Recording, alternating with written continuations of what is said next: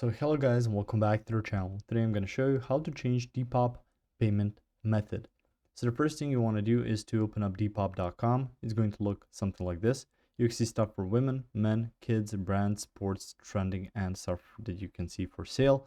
You can sell now, you can see your mailbox, your likes, your shopping bag, and your account. Now through there, I suggest you start off by going to your account. You can get to your purchases, or rather in this case, you should get to your settings, and then you can see your preferences as well.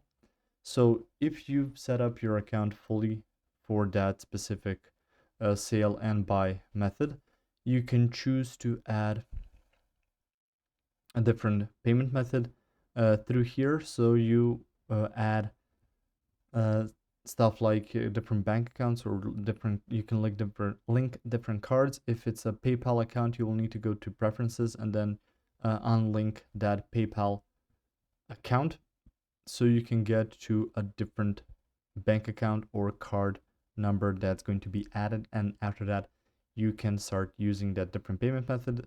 Now that's also accessible through the checkout. So if you open something you want to buy, so in this case you can just get anything really and head to checkout, and through there